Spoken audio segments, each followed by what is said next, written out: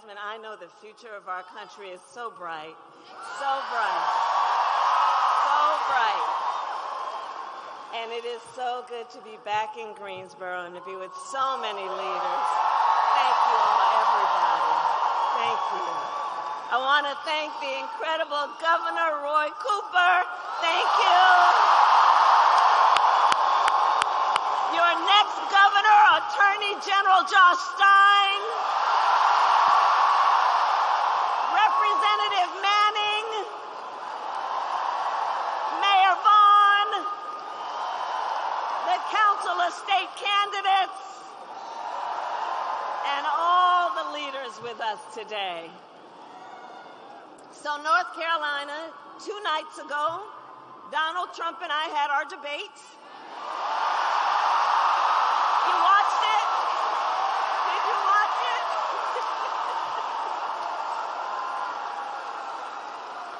And look, I believe we owe it to have another debate. Right? We owe it to the voters. Because here's the thing. In this election, what's at stake could not be more important. On Tuesday night, I talked about issues that I know matter to the families across America, like bringing down the cost of living, investing in America's small businesses, protecting reproductive freedom,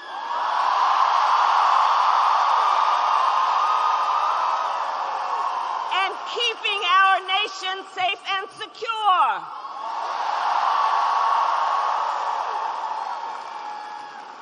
But that's not what we heard from Donald Trump. Instead, you know, and I called it at the beginning of the debate, it was the same old show. Same old tired playbook we've heard for years, with no plan for how he would address the needs of the American people. Well, folks, look, it's time to turn the page.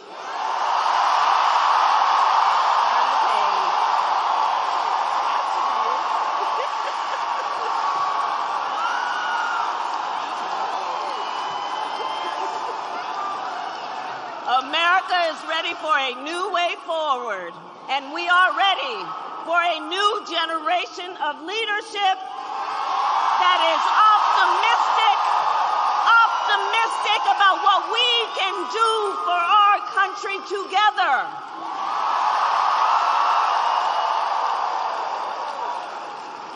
And that is why Democrats, Republicans, and independents are all supporting our campaign, because we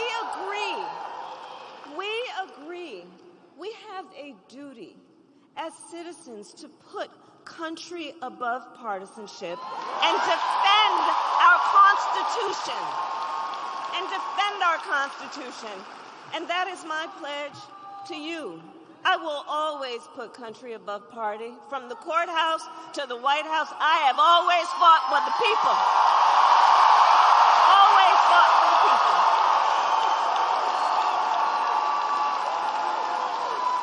From being a young courtroom prosecutor, yes, USA, go on.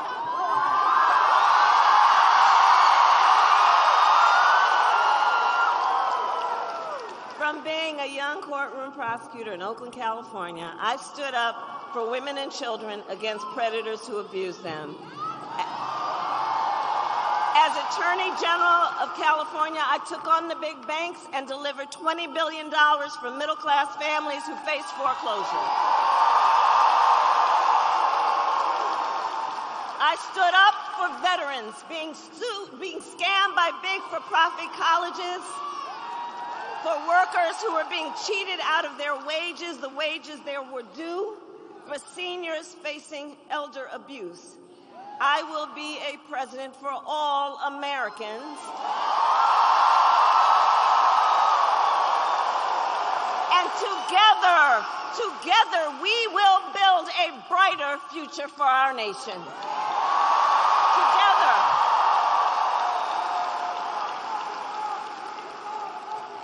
And we're all right, Newt.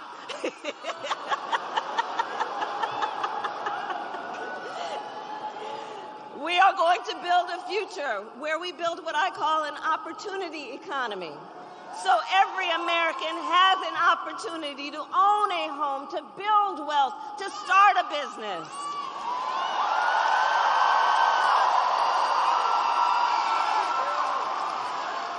And let me tell you, I love our small businesses. Are there small business leaders here? Raise your hand.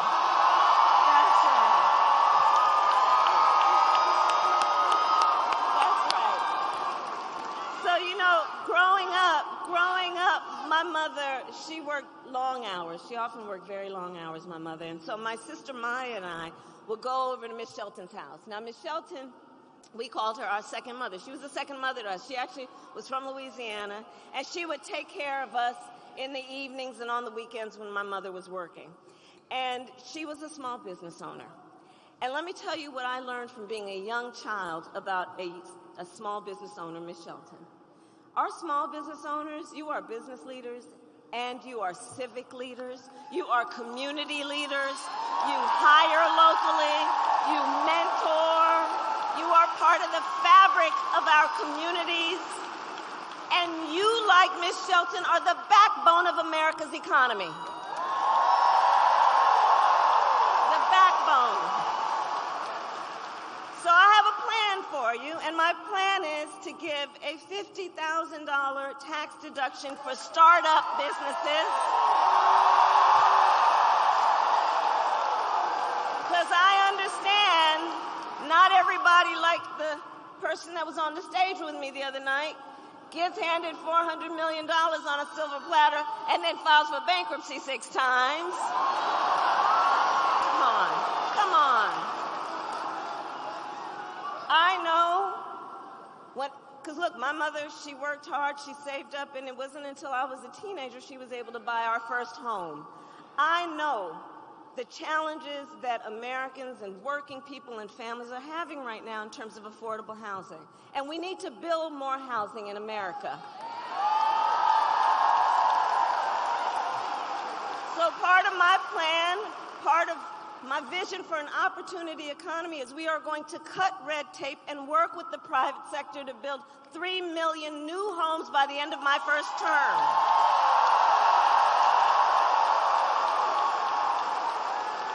And I have a plan to lower the cost of living for America's families on everything from health care to groceries, including taking on price gouging and those corporations when they take advantage of people in need. Under my plan, more than 100 million Americans will get a tax cut. Thousands of dollars of your hard-earned money will go back in your pockets, including $6,000 during the first year of a child's life for young parents, knowing in that critical stage of your child's development, you might need a little help, not just to get by, but to get ahead. And I will always put the middle class and working families first. I know where I came from. I know where I came from. I'm clear about that. Now, Donald Trump, well, he has a different plan. Just Google Project 2025. I see you have. It is a detailed and dangerous blueprint for what he will do if he is elected president. Donald Trump will give billionaires massive cuts, massive tax cuts, and cut corporate taxes by over $1 trillion, even as they pull down record profits. He intends to cut Social Security and Medicare. And he wants to impose what I call a Trump sales tax on everyday basic necessities, which will cost the average American family nearly $4,000 a year. Some of the top economists in our country and in the world have reviewed these plans. Goldman Sachs, for example, has said that my plan would grow our economy and his plan would shrink the economy, that his plan would reignite inflation and send us into a recession by the middle of next year. On top of this, Donald Trump intends to end the Affordable Care Act. Now think about that. We remember what it meant when insurance companies could deny you for a pre-existing condition. Remember what that was? So he wants to get rid of it. And as he said in the debate, he made clear he has no plan to replace it. In fact, you remember? Concept. You remember? He has, quote, concepts of a plan. Concepts of a plan.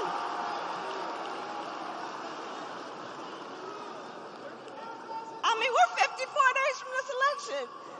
Concepts of a plan. Which means no actual plan. And 45 million Americans are insured through the Affordable Care Act. So understand what that means. He's going to end it based on a concept and take us back when folks were suffering. Well, we're not going back. We are not going back. We are not.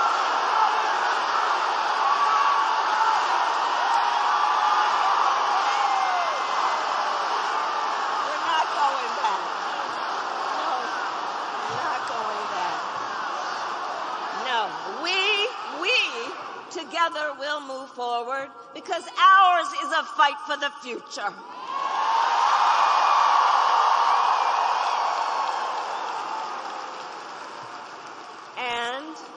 And ours is a fight for freedom.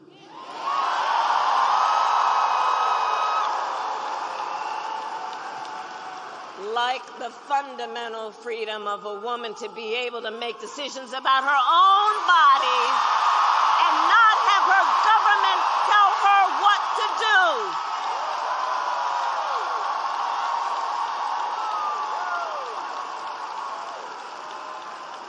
And we remember how we got here.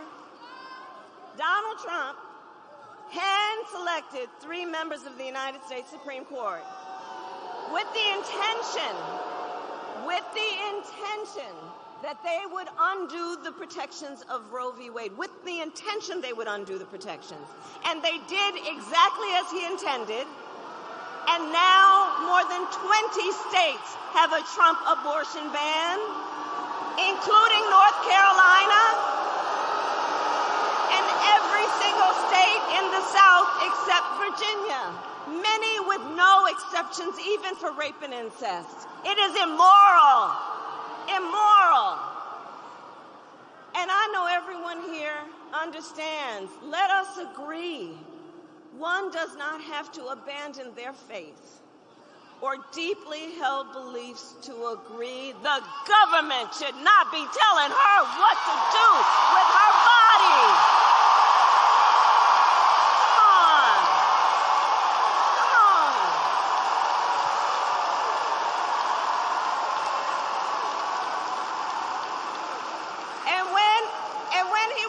On Tuesday night, Donald Trump refused to say that he would veto a national abortion ban. Well, when Congress passes a bill to restore reproductive freedom, as President of the United States, I will proudly sign it into law. Proudly sign it into law.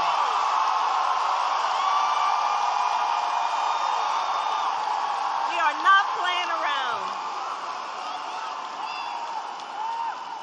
And across our nation, we are witnessing a full-on attack on hard-fought, hard-won fundamental rights and freedoms, like the freedom to vote, the freedom to be safe from gun violence, the freedom to breathe clean air and drink clean water, and the freedom to love who you love openly and with pride.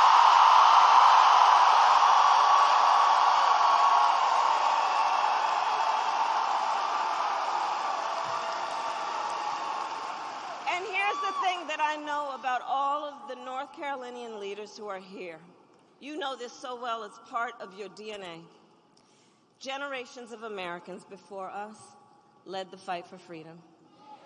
Generations of Americans before us, many from right here, led the fight for freedom. Let's get a medic. Let's get a medic. Do we have a medic? Let's get a medic over there, please. Let's get a medic over there. Yeah, but let's make sure. See, this is who we are. We look out for each other. That's what leaders do, looking out for each other. Okay, we've got a medic. Okay. So generations of Americans before us led the fight for freedom, and now the baton is in our hands. The baton is now in our hands. And we who believe then in the sacred freedom to vote will finally pass the John Lewis Voting Rights Act and the Freedom to Vote Act. And we who believe in the freedom to live safe from gun violence will finally pass an assault weapons ban, universal background checks, and red flag laws.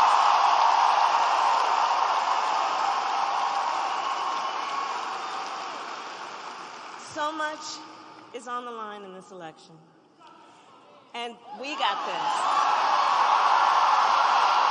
We got this. But look, here's the thing. This is not 2016 or 2020. The stakes are even higher.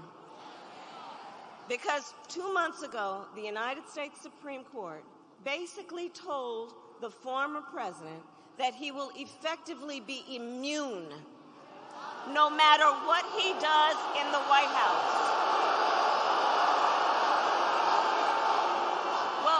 Well, here's the thing. The courts will take care of that. Let's take care of November. How about that? All right?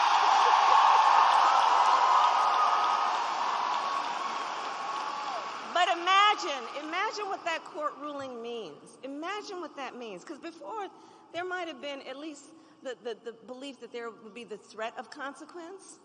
But now there's an explicit ruling from the court that suggests he would be immune. Imagine Donald Trump with no guardrails. Imagine what that would look like. He who has vowed, if reelected, he will be a dictator on day one.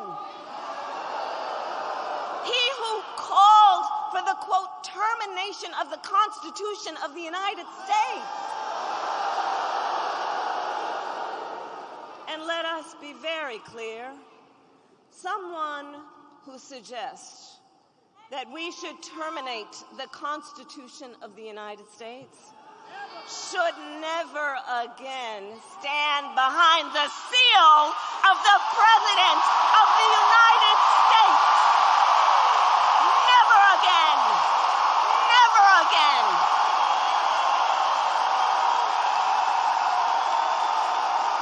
Never.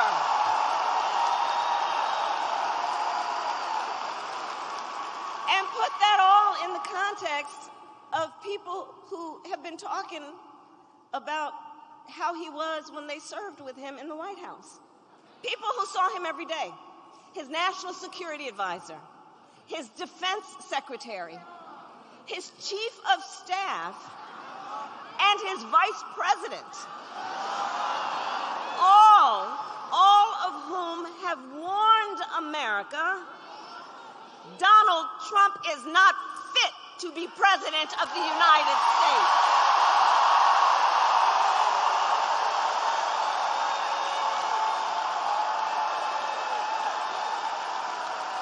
And should never occupy our nation's highest office again. So, North Carolina, I believe it all comes down to this. We are here together. We are here together because we love our country. We love our country. And we together understand the awesome responsibility that comes with the greatest privilege on earth, the privilege and pride of being an American.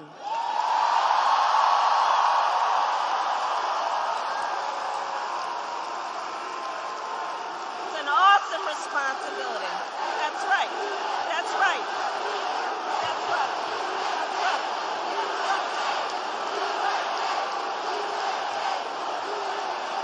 And I do believe it is the highest form of patriotism to fight for the ideals of our country and to fight to realize the promise of America. And so,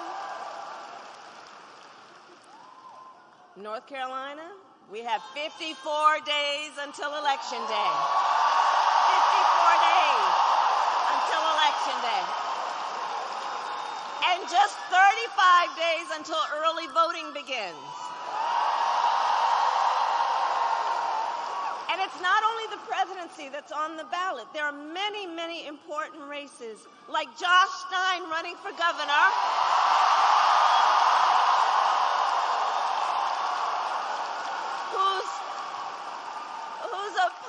Whose opponent was handpicked by Donald Trump because he wants a total ban on abortion in this state.